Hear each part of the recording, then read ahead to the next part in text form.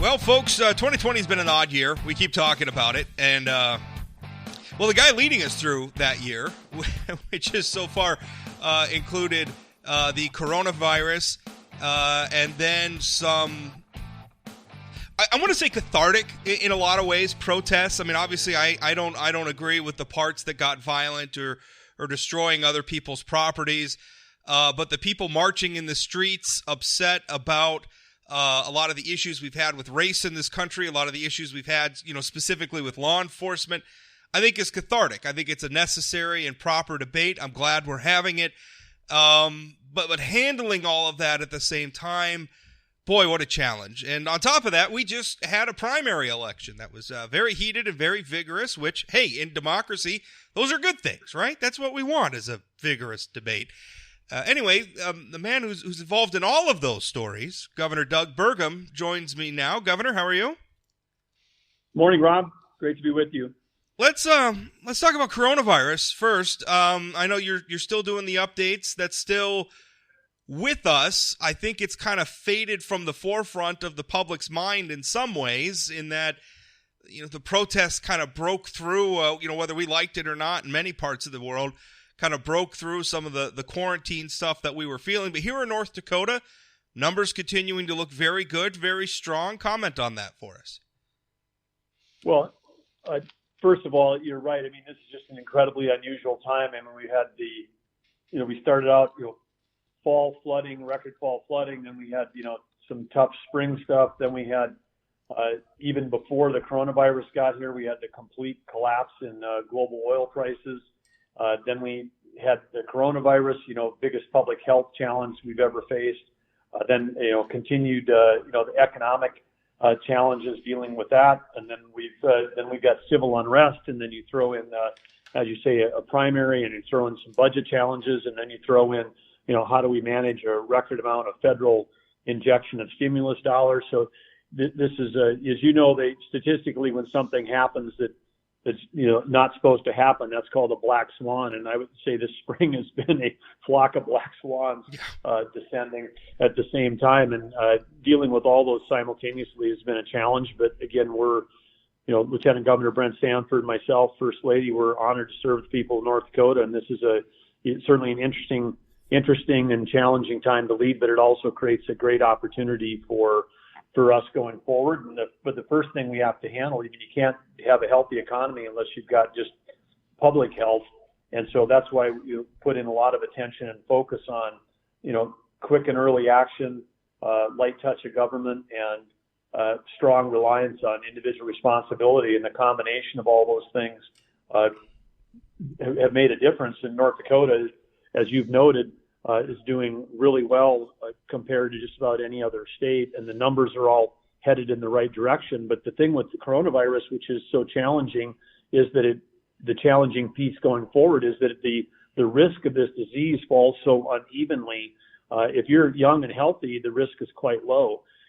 Just in North Dakota numbers, if you're over age 70 and you contracted this, you're between age 70 and 79, 14% of the people in that age group that contracted it with underlying health conditions died. If you're over age 80, which we have a lot of people in North Dakota over 80, if you're 80 or older and you had underlying health conditions, 24% of those people have passed away if they've contracted COVID-19. So this is a low risk or no risk for some and super high risk for others. And so then this is the challenge now going forward, is how do we, save livelihoods by getting our economy going? And then how do we save lives by, protecting those that are most vulnerable and having a path, for example, like how do we safely reopen long-term care facilities? I mean, there's no playbook for this because no one has run a long-term care facility in a pandemic before. And North Dakota, again, we're leading the way there. And you got, the report, again, you get the report, daily report just for long-term care, but we had 0 long-term care positives today out of 748 residents tested across the state. That's great news. We've had a bunch of zeros this week, so we are eradicating COVID from the residents in long-term care. And now we got to figure out a way to, get families reunited, and we can, keep being smart about how we're doing that. But as you've noted, every day you're living this thing, you're reporting on it, you're observing it. But it's super interesting and complex time. But I just got to say thank you to all the North Dakotans who've been so amazing through this whole thing. Well, that's really, I think sometimes, and I talked about this early on when I called your approach to this as using a scalpel instead of a sledgehammer. I think sometimes people like something happens and people panic and they look for leadership that's very enforcement heavy. And I think sometimes what we forget is leadership is a lot about persuasion. I don't think North Dakota, and not taking any credit or anything away from you, Governor, but I think a lot of North Dakota's success, most of it, really lays with the fact that most North Dakotans decided to take this seriously and do the right thing.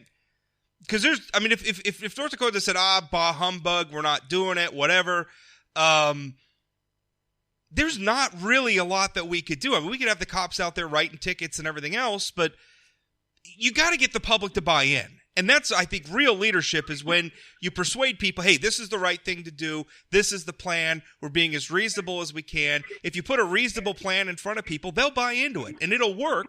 And I think that's what's happened in North Dakota.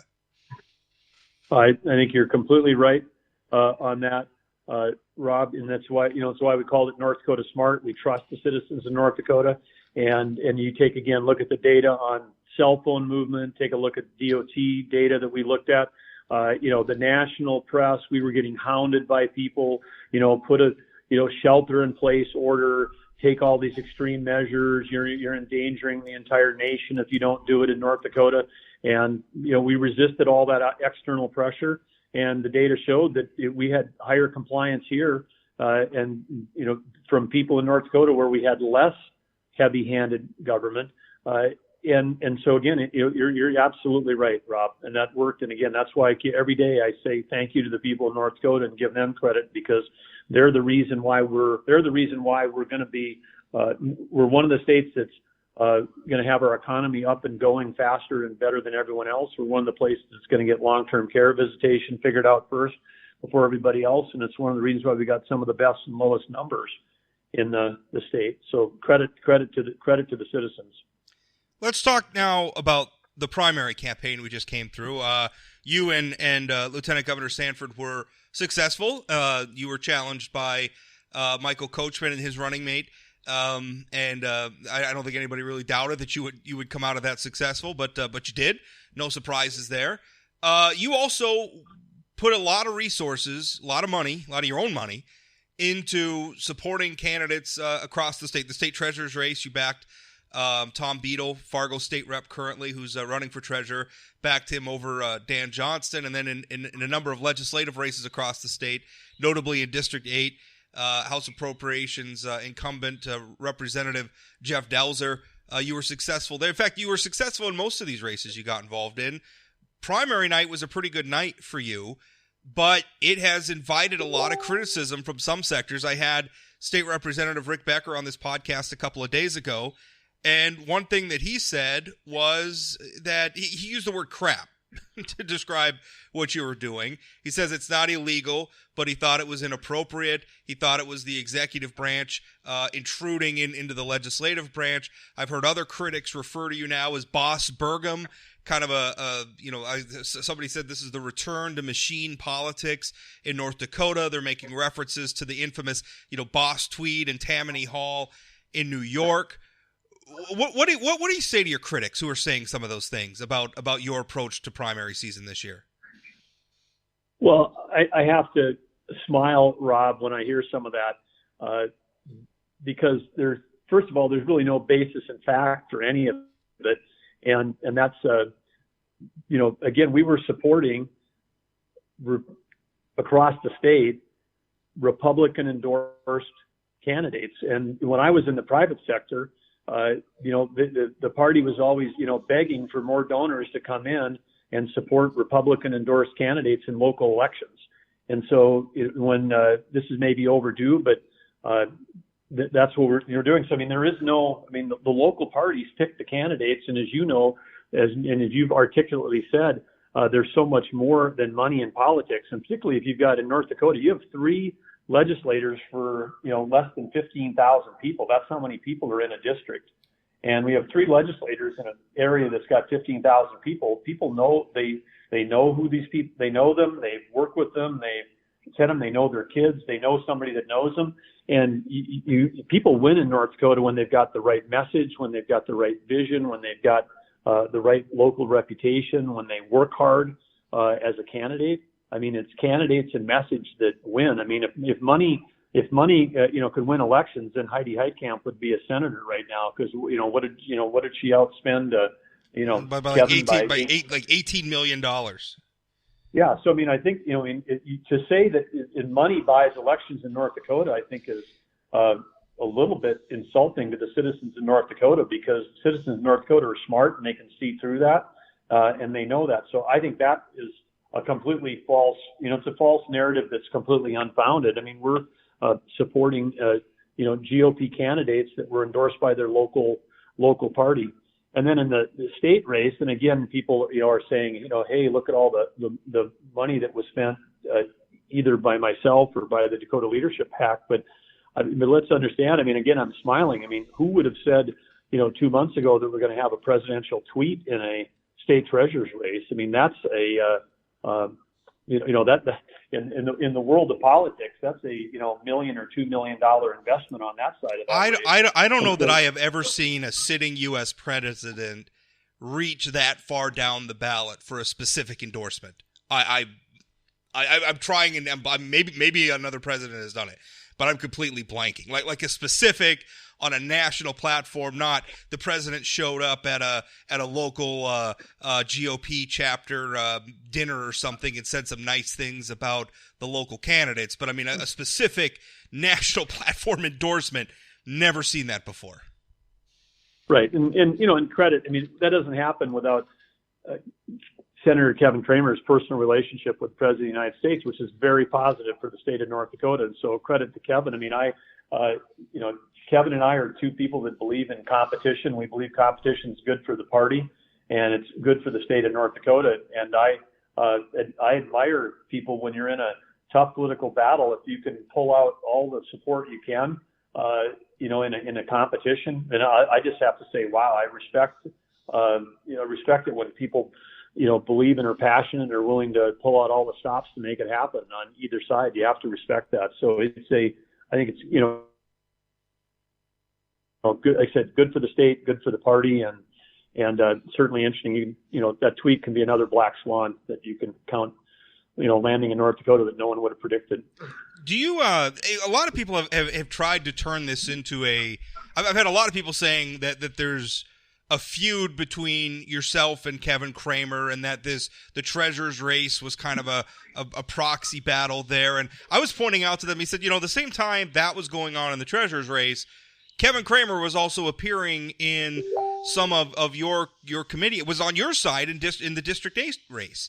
And in fact was vocally, publicly on your side in the District 8 race. So I don't know. I'm looking at that. I'm saying, well, it's just 2 principled people who had different takes in different situations, and that is what it is, which is kind of the thing that you're saying. But speak to that a little bit. Do you feel like there's hard feelings between yourself and Senator Cramer? And some people have even gone so far as to suggest that you may have aspirations for the U.S. Senate and might challenge Kevin the next time that race is on the ballot.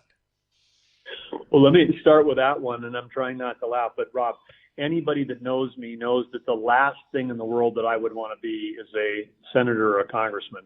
I'm an operating guy. I've been in executive roles. I have no aspiration to serve on a 100-person or 435-person committee role. Those are important roles, and there's people that are great at it. And we're fortunate that we've got such a strong CODEL right now. I mean, we are lined up with one of the strongest between Senators Hoeven, Senator Cramer, and Congressman Armstrong, and the committees that are on. We've got a great team in Washington representing North Dakota, and I'm happy to say that I feel like I'm friends and have got fantastic working relationships with all 3 of them, as does Brent Sanford. Kevin and I in particular have talked to each other regularly throughout the whole pandemic, and he and I can talk politics, and he and I can talk policy. and we can do it with respect for each other. So there's nothing there, and there's not a chance in the world that I would ever run against Kevin Cramer for Senate in 2024. Like I said, we're focused on right now getting reelected and doing a great job in the executive branch here in North Dakota. So no, it's not. That is all. I mean, crazy. What do they say? Crazy season when you get into get close to elections. These are just some speculations, like many of these, that are completely unfounded, and even some of the parallels that you suggested earlier, make me, completely make me smile. Smile in the sense that I think they're so ludicrous. But it's, we're looking forward to the future. We're looking to help North Dakota, achieve its fullest potential, and we know that only happens when we collaborate and work with the legislature. There's 141 legislators, and I'd say most of them have got either Brent or I or both of our cell phone numbers. And I think the relationship with the legislature has been right now stronger than it ever has been through COVID. The leaders, Senators Wardner and Pollock,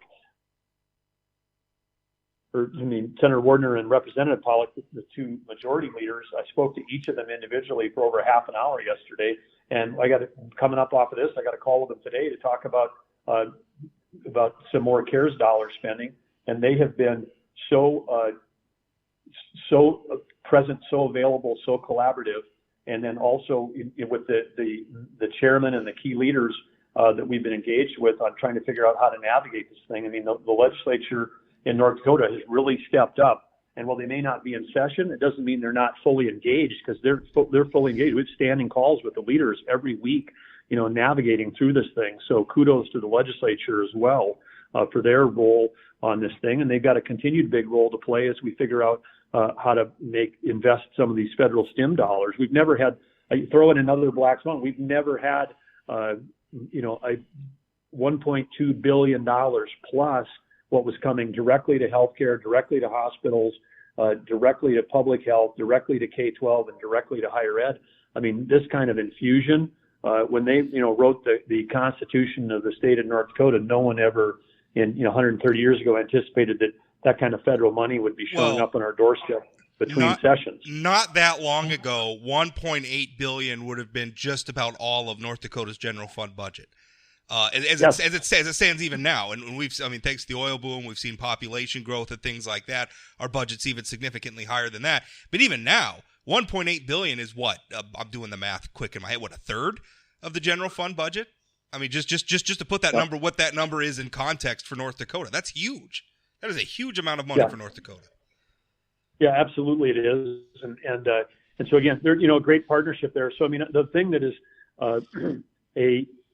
that is again the longest standing false narrative is this conflict between legislature and executive branch, when there are hundreds of examples of collaboration and teamwork and success working together, and we're just going to keep doing everything on our end to make sure that all of that we can stack up even more collaborative and teamwork stories, and just ignore it's noise. I mean, the signal is that the elected GOP leaders in the legislature and the executive branch work hard every day for the people of North Dakota. That's the signal, and everything else is noise. Well, it's interesting because I was asked that question. Patrick Springer did, I'm sure you saw it. It did a profile of sort of your involvement in some of the primary races and some of the griping from some quarters about whether or not that was appropriate. And I was quoted in the article, and one of the questions Patrick asked me was about your relationship with the legislature. And my argument was, listen, there's always friction between the executive branch and the legislative branch.